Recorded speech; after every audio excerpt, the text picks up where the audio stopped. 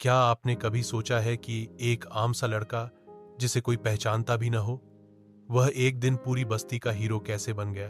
और वह कैसे पहुंचा ऐसी जादुई दुनिया में जहां सांसें लेना भी आजमाइश बन जाती है और जहां दोस्ती जिंदगी बचाती है। आज की कहानी एक ऐसे सफर की है जहां सच्चाई, दोस्ती और कुर्बानी ही सबसे बड़ी ताकत है। और आखिर में एक ऐसा राज खुलेगा जो सबको चौंका देगा। अध्याय 1। वक्त बंद हो गया। एक दिन हमजा ने अपने घर की छत पर एक पुरानी घड़ी देखी। जैसे ही उसने उसे छुआ, वक्त रुक गया। सब कुछ खामोश, परिंदे हवा में, पंखा रुका हुआ, लोग हरकत में नहीं। तभी घड़ी बोली, वक्त टूट गया है और इसे सिर्फ तुम जोड़ सकते हो। अध्याय 2। समय की दरार। टिक टिक घड़ी हमजा को एक छिपे हुए दरवाजे तक ले गई जो सदियों पुरानी समय की दरार थी। यह दरार 3 दुनियाओं को जोड़ती थी। अतीत, जहां सब यादें जीवित होती हैं। वर्तमान, जहां फैसला लिया जाता है। भविष्य, जहां हर बात का अंजाम छुपा होता है। हमजा को इन तीनों दुनियाओं से 3 मोती लाने थे ताकि वक्त बहाल हो सके। अध्याय 3।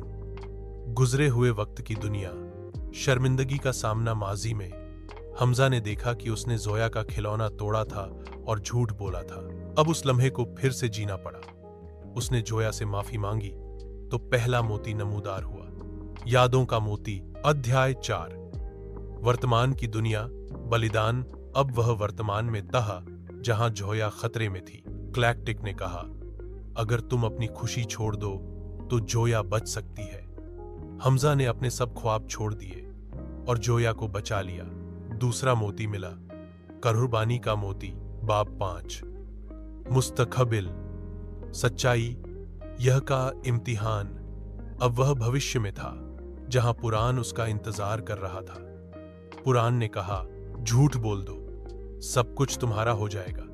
सच बोलोगे तो सब खो बैठोगे।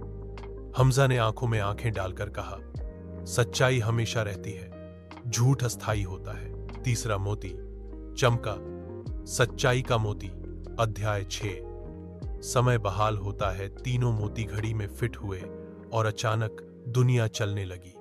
पक्षी उड़ने लगे, हवा बहने लगी, लोग हंसने लगे। हमजा वापस अपने घर में था, मगर अब सिर्फ एक आम लड़का नहीं, बल्कि वक्त का हीरो। सबक। नैतिक। सच्चाई और माफी वक्त को जोड़ती हैं। कुर्बानी देना कमजोरी नहीं, असल बहादुरी है। हर बच्चा अपनी कहानी का हीरो बन सकता है।